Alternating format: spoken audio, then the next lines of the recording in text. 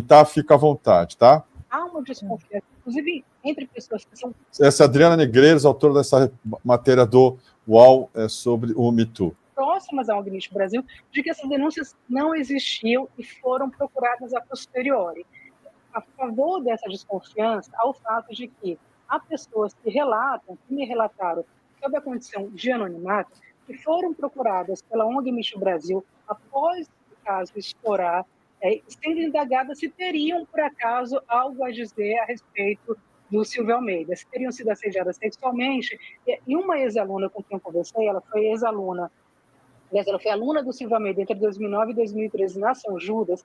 Ela me disse que a abordagem foi: você não foi assediado pelo Silvio Almeida porque nós precisamos encorpar a denúncia contra ele. Você traz mais um capítulo dessa história. Nesse caso, você foi atrás, então, dos relatórios do Me Too, né? O que você encontrou lá e o que você não encontrou lá? Eu queria muito saber, desde a época, quantas mulheres haviam acusado, então, o ministro Silvio Almeida de assédio, de importunação sexual. Começamos ali a buscar essas informações que não nos foram reveladas sob o argumento de que era preciso manter a identidade das vítimas sob sigilo e que qualquer informação que viesse a público a respeito, fosse em relação à quantidade, fosse em relação às datas das denúncias, poderia comprometer esse sigilo. O tempo se passou, o inquérito foi instaurado com base, inclusive, na confirmação da ONG Me Too Brasil, de que havia denúncias contra o então ministro Silvio Almeida.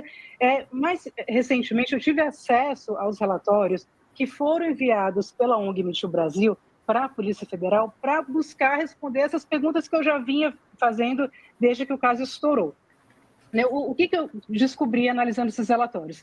Em 13 de setembro de 2024, ou seja, poucos dias após o caso vir a público, a Polícia Federal solicitou à ONG Me Too que enviasse todo o material que ela dispusesse relacionado às denúncias contra o ex-ministro Silvio Almeida. Isso foi por volta do dia 13. Alguns dias depois, a ONG Me Too Brasil enviou um relatório, uma resposta à Polícia Federal, no qual dizia que entrou em contato com as supostas vítimas do ex-ministro, conseguiu o retorno de duas delas. Uma delas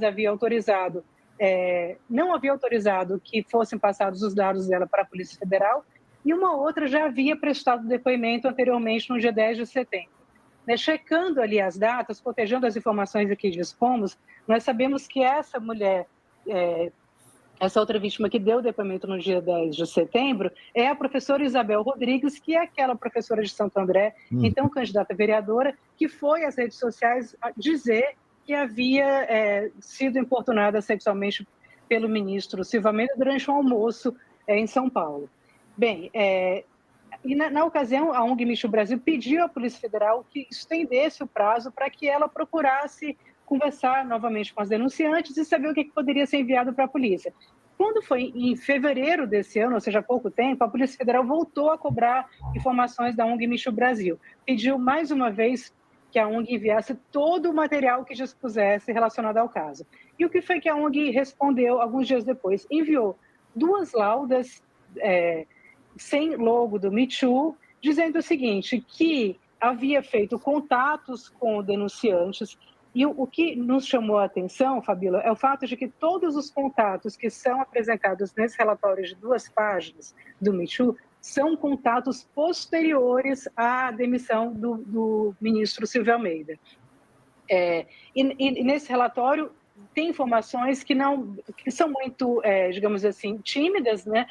Informações sobre o estado de saúde das denunciantes, mas não informa algo que eu acho que é fundamental, que é as datas em que as denúncias foram feitas à ONG Me Too Brasil, por que canal essas denúncias foram feitas, ou seja, as pessoas procuraram a ONG Me Too Brasil pelo WhatsApp, procuraram pelo telefone, enviaram uma carta, foram pessoalmente à sede do Me Too Brasil para dizer, olha, estou aqui sou vítima de abuso ou de assédio sexual do ministro Silvio Almeida. Essas informações nós não dispomos e nem a Polícia Federal.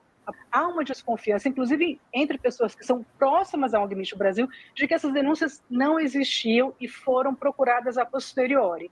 Isso é uma desconfiança que tem que ser investigada. Eu estou aqui nesse papel de procurar entender o que aconteceu. E aí, a favor dessa desconfiança, há o fato de que há pessoas que me relataram sob a condição de anonimato, que foram procuradas pela ONG Me Too Brasil após o caso estourar, sendo indagadas se teriam, por acaso, algo a dizer a respeito do Silvio Almeida, se teriam sido assediadas sexualmente. E uma ex-aluna com quem eu conversei, ela foi ex-aluna, aliás, ela foi aluna do Silvio Almeida entre 2009 e 2013 na São Judas. Ela me disse que a abordagem foi: você não foi assediada pelo Silvio Almeida porque nós precisamos encorpar a denúncia contra ele. Então, isso leva a essa desconfiança de que não havia denúncias à época. Que coisa, hein? Eu acho que você não vai ter muito trabalho, doutora. Não é, a gente ri, mas é muito triste. É triste. É triste porque a destruição já foi feita. A destruição já foi feita, mas ele pode se reconstruir. Mas e as vítimas reais de violência? Claro. O descrédito, não só dessa ONG, mas de qualquer uma que tem como foco atender essas mulheres, eu não sei nem falar. E isso, para mim, é o mais perverso dessa história, porque o Silvio, ele tem condições... É horrível, é perverso, tá? Não estou querendo diminuir, pelo amor de Deus. Mas o Silvio, ele tem condições de se defender, ele tem estrutura psíquica para, né, caminhar, respirar, né, levantar e seguir. Ele tem pessoas em volta dele. E essas pessoas que não têm? E essas pessoas que não têm porque não têm dinheiro? Claro. Isso, para mim, é inominável. Não tem um nome para falar disso.